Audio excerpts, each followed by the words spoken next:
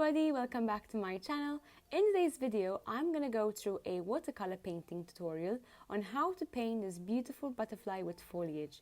Here you can see the final painting that I am going to be working on throughout this tutorial. First, let's talk about the materials, which will also be listed in the description below.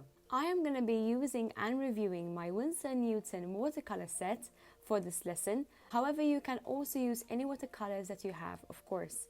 I will also be using a hot press watercolor paper by the brand Arches in 300 GSM. I have two water jars, one for cleaning the paint off the paintbrush and the other to use just as clean water for mixing paint and making glazes. A couple of paintbrushes, mainly from Winsor Newton, and you will also need a tissue paper or a cloth for blotting.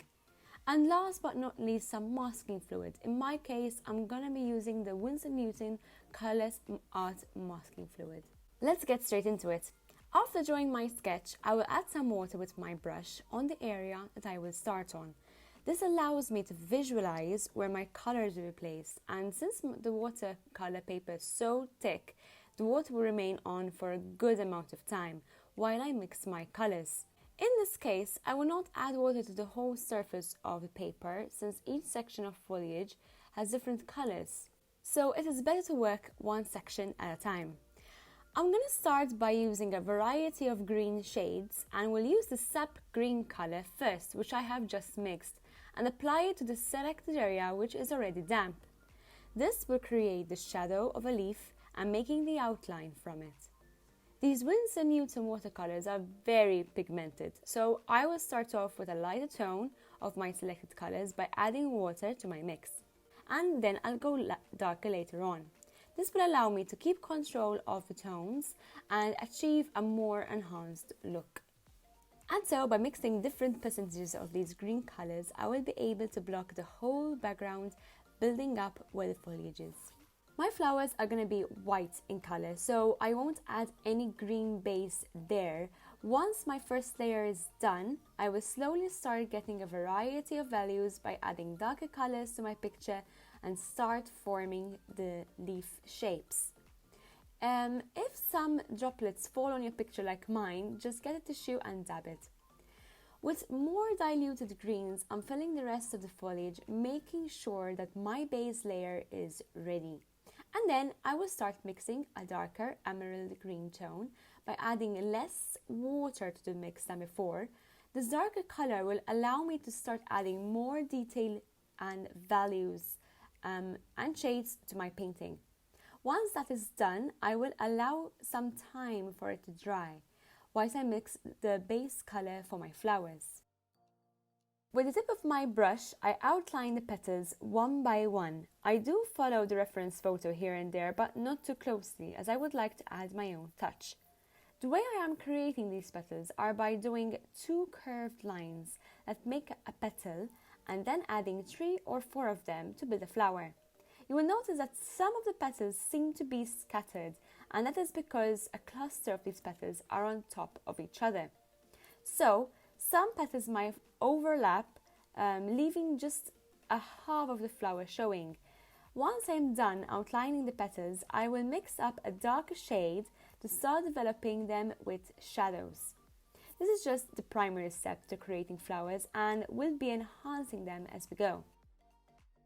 So I'm going to keep on adding each individual petal next to each other because this will give me a more clear idea on how they will be formed later on.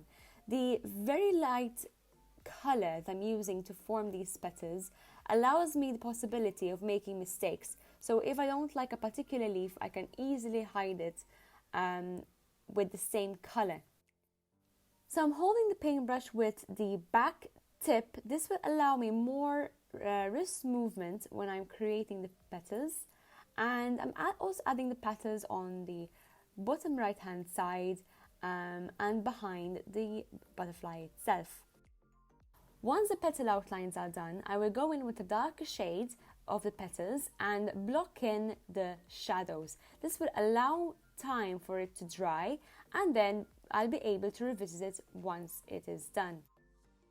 I have mixed a dark green sap color with just a wet paintbrush and not adding any water to my mix. With this, I am able to add the finer detail. With just a zigzag motion, I am outlining the top leaf with the tip of my paintbrush. Once you arrive at this stage, it is advisable to start going slower, checking in with the details. Then, I'm going over the second leaf with just a little water, so you'll be able to blend and add the shadows beneath them using the same tone. With that said, I'm developing more shadow and contrast to the picture. The more values you add to a painting, the more realistic it becomes. And here I decided to block out all the dark areas of the picture. Next up is the bottom leaf. I went to the same technique as the first one by outlining the leaf and then adding the veins by first constructing a line down the middle and extending the veins on the right and left hand side of it. The same thing is being done to the top leaf. One long line down the middle and blended looking veins on the right and then the left. The slight blend will give the illusion of our 2D drawing that the leaf is a curvature appearance. Then I go in and add a shade of the same tone to the leaf and make it look more 3D. However, this will be revisited once dry. Now that my background is almost dry, I'm going in with an even darker sap green color to enhance the foliage even more. Here, I'm able to add more leaves and shadows beneath the flowers, and this effect will immediately make everything pop more. Using the same color, I'm going around the butterfly so I can make sure that I'll be using the same tones and values of the background so that it will look unified. This is because if you darken one side more than another, it will look patchy, and I want the foliage to look as though the butterfly is resting on it and not dividing the two realms. This might be tricky when you are not painting the whole foliage first and then adding the butterfly later, as one would when using acrylics, but in this case of watercolors, this is the way to do it. To keep tabs on the colors that you mix in order to replicate them once they finish, make sure you keep a sample on your palette. The background is almost done, so whilst it's drying again, I will focus on the flowers. Now that the paint has dried from my petals, I realize that the paint got lighter, as always in the case of watercolors. So I'm mixing a darker shade of the one I used for the petals and applying it to the shadows casted by the petals themselves and giving the petals a more 3D look. Once the tissue needs changing, swap it for a cleaner one. This will save you a hassle of time, and also you will have a cleaner painting. The background needs a good dry before continuing it, and so without wasting time, I will be using the masking fluid to start covering the white circles on the wings of our butterfly. This Winsor Newton masking fluid is perfect for this task, and I'm going to explain how it works. What this does is it will allow me to paint over the mask with black paint, and once the paint is ready, I will be able to remove the fluid, leaving the white paper protected for me. Genius! So now that my background is dry, I will go over the darker areas that need enhancing, such as the petals on the top left, adding a dark brown color around the petals and blending them with just some water. Once that is done, I also go in and darken some of the foliage. This will give our picture more 3D look and enhance it even further. As you can see, I left the butterfly out to paint it in a bit. At the moment, we're focusing on getting the foliage right, and if any green paint goes over the butterfly outline, it is fine, since the outline of this particular butterfly has a black color, so it will cover the green color easily rather than the other way around. Now, before we go into painting the butterfly, if you want to learn how I create my paintings in real time, you can follow along every step with me together with a full voiceover explaining every step of the way on Patreon.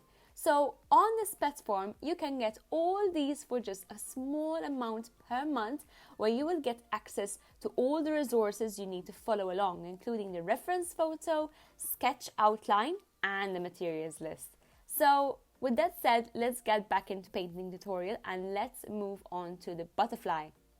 I'm starting with the top side of my two wings, and first off, I will apply a light shade of orange to my paper to set the tone.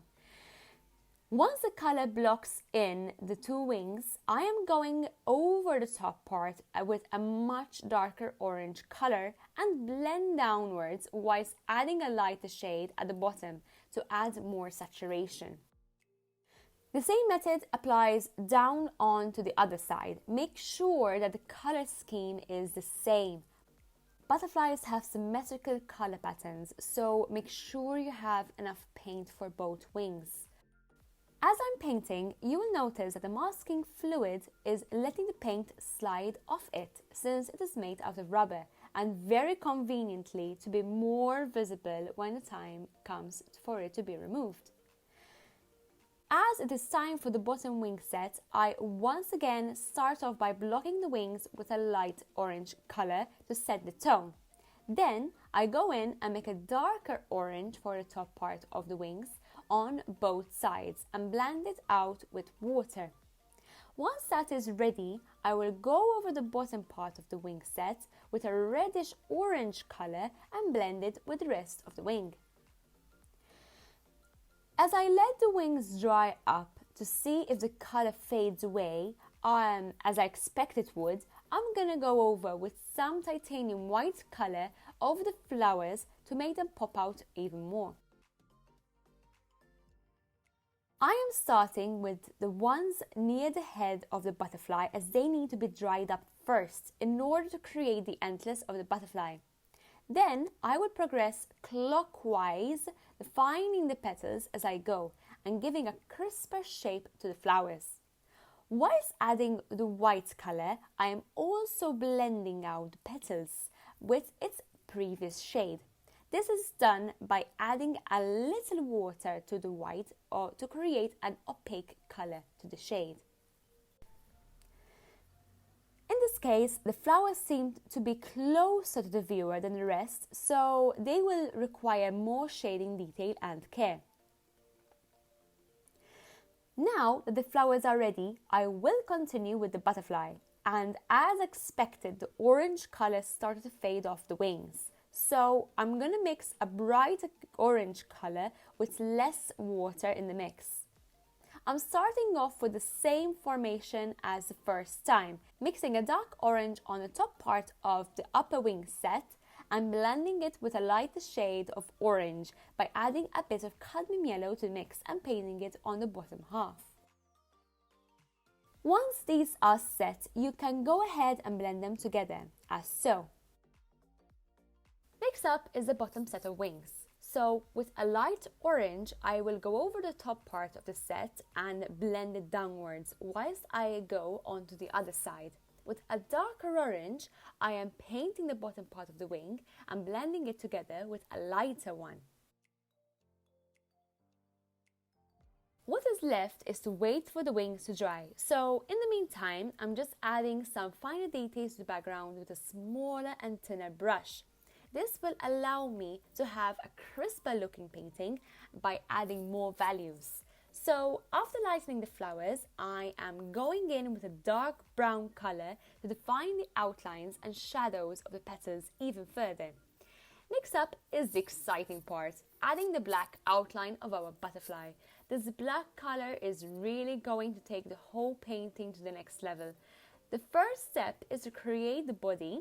So to do so, I am using a fine brush to make sure that I create sharp and crisp lines, and it is important to do this slowly. Take your time with a steady hand. So as I start painting the outline of my patterned wings, I am going to really pay attention to the color scheme. So I don't want to add a very dark black onto the wing. So what I'm doing is I am mixing a lot of water to the black color so that the orange undertone is able to lift up and mix with my black color itself, thus resulting into a more orangish kind of black color. So very slowly I'm going over the outlines. I'm ignoring the masking fluid, which I'll be able to remove later on, and with such fine detail I'm going over this intricate pattern one by one, making sure that as much as possible one side is symmetrical to the other side. So I always like to add a little bit of dynamic to my picture. So with just some white color, and then I go in with the dark color, I start creating some spattering effects. So the way to do this is add very watery color to your paintbrush and then start flickering it with your forefinger on the painting. So very slowly I'm going to add some light spattering onto the flower areas, and this will just make them look more vibrant. And then I'm gonna go in with this darker color over my foliage. Again, it just gives it a more expressive look and a more kind of enchanted look. My advice is to wait a few minutes until your picture dries up and then revisit it before you say you're done. Reason being, watercolors tend to always become lighter when they dry up. So once your picture is ready, you will know that some areas need to be darker in order to keep the same hues and the same enhancement around your picture. So I'm always checking my values and my tones, and once it's dry, I'm realizing that some areas need to be darkened and fixed. So I'm going to go in with a paintbrush and just fixing up the background and the flowers with some darker tones, and this will make it look a bit more enhanced. So I'm going to go in with some darker paint on the areas that need a bit more of a boost, and it's going to make it more put together. So the time has come for the fun part, in my opinion, is where I start to remove the masking fluid. I tend to do this, first of all, by making sure that the paint has dried. There's no harm in letting it dry, even if you have no time and just want to, go in for it. Just let it dry, even if it's overnight. I just let mine dry for maybe an hour before I actually went in to remove the masking fluid. This is because if your painting is still wet, this will tend to tear your picture apart. So after all that hard work, just some time will be beneficial for you. So with the tip of my nail, I am just scraping off the masking fluid, revealing the white paper that I've protected. And I'm going to keep on doing this, removing all of the masking fluid around the butterfly. And once that's done, of course, there will be some areas which will need touching up. So having said that, I'll get the black paint and I'll just go around the masking fluid, and I'll be able to achieve a more cohesive look. So I'll be adding the final touches to the butterfly by adding its little eyes, its antlers, and fixing up all the little details until I'm happy with it. Then again, make sure that all your values are in check and that you feel happy with the painting. Remember, this is something that you've created, so it doesn't have to look exactly like mine. As long as you feel content with your achievement, that's all that matters. So guys, this is the final look of my painting. I'm so happy that you have reached this point, and I'm so grateful that you've been watching my video. I hope you enjoyed this video, and this program is all free, so don't forget to smash the like button, subscribe, and turn on the notifications for future videos. So that's all from me, and I'll see you in the next video. Bye everybody!